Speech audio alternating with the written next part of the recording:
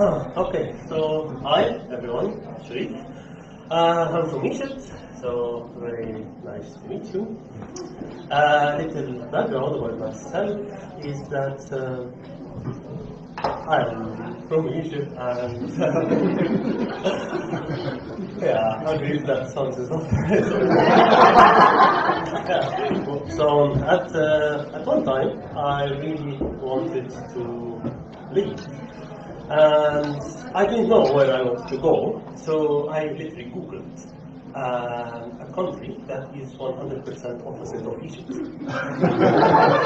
So I wanted a country with a very, very low population, country with no summer, and I wanted a lot of snow. I wanted to see winter, because the coldest temperature in Egypt is around 12, maybe 13. I've never seen snow in my life. I've never experienced this kind of what you have here as winter. So I Googled, literally found Latvia. That's very nice. I read about it. I was amazed by the trees and the nature. Okay, that's very good. I applied for a job. I came, and it's really interesting. So, few of the stories. First of all, as I mentioned, Egypt, around like 95% desert. So basically I grew up in a desert. I never seen snow before, I never experienced winter. So literally I have no idea about anything. So one time I'm coming out of Galleria Riga. It was during, I believe, March. So it wasn't that cold, but there was still like snow and ice. One of the things, I never knew that you need to wear special shoes. So I was wearing my normal sneakers, because this is what you wear on a normal day. So I was going out, having my groceries, and for a brief second, I saw a very familiar shoe in front of me. And the rest of the second, I was looking at the sky. I didn't actually notice what happened. I had no idea. All I knew is that a lot of people are looking at me and I'm on my back. And that was kind of very strange. I never slipped or fell or anything. It's okay. So everyone makes mistakes. I just get up. Everything is good. Take the groceries. Then I take the next step. This time, I actually felt that I was falling, and of course I fell. Then I look at the ground, and it's all snow and ice, and looks like if I take another step, I will definitely fall. So I did as any normal man would do. I just crawled to the side until I was on the pavement, and I was able to walk safely, where there was like wall behind me or something like that, I could put my hands on. So that was kind of the first one. Second, a little backstory about me is that I was a very spoiled guy. Basically, my family takes care of me, my mom cooks, my mom basically everything. I never knew how to cook, I never knew how to feed myself, take care of myself, nothing at all. So you can imagine coming to Latvia, where literally everything is different. I can't read the language. I have no idea where to get any kind of food, but the one thing I was able to do is to make a tuna sandwich. After some time, that's not enough. One of the other things, I was 115 kilos, so like much, much bigger. And there was a reason for that. After 2 months, I kept losing weight. And all my life, I've never lost weight. I only knew that we gain weight.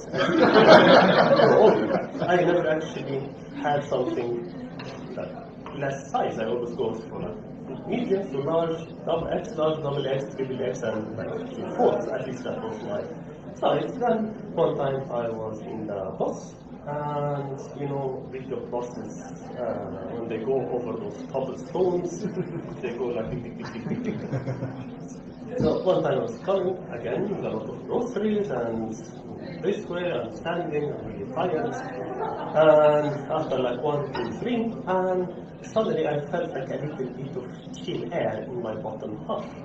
And I hadn't noticed, but people like started. Usually people look at me, but this time they will look at me like more like intensely. I didn't understand why. They noticed, okay, like people cannot like really translate. But then it started to get a little bit cooler down there. And that's at the point where I started to look down, and I actually find my pants. Again, I did as any guy would do. I just dropped down and just tried to get the pants up. And because the pants have fallen, I've lost so much weight. The belt is like the lock, there is no more, so I have to hold it. Because there is much more cobblestones ahead.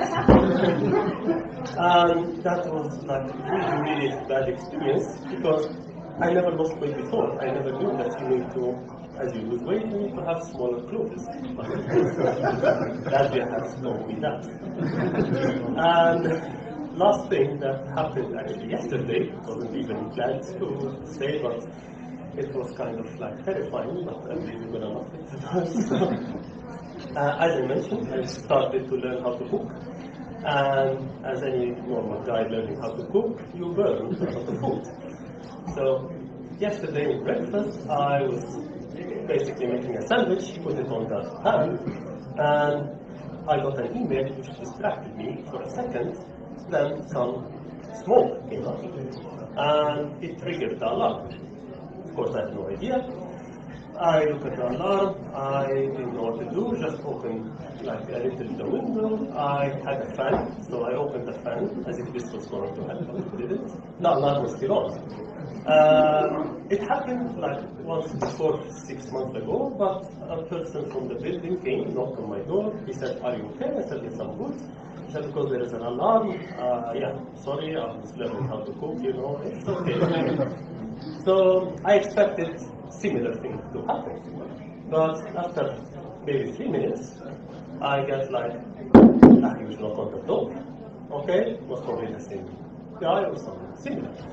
I open the door and it's the police with the guns and with the vest.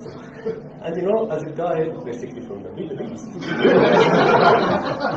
that's really, really terrifying.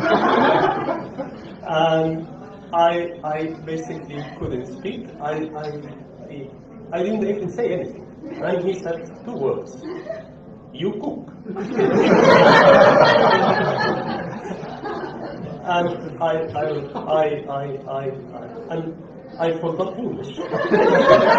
I forgot the lessons that I learned. I forgot even my own language. I forgot everything. I was just like, He wasn't convinced. He said, "You cook."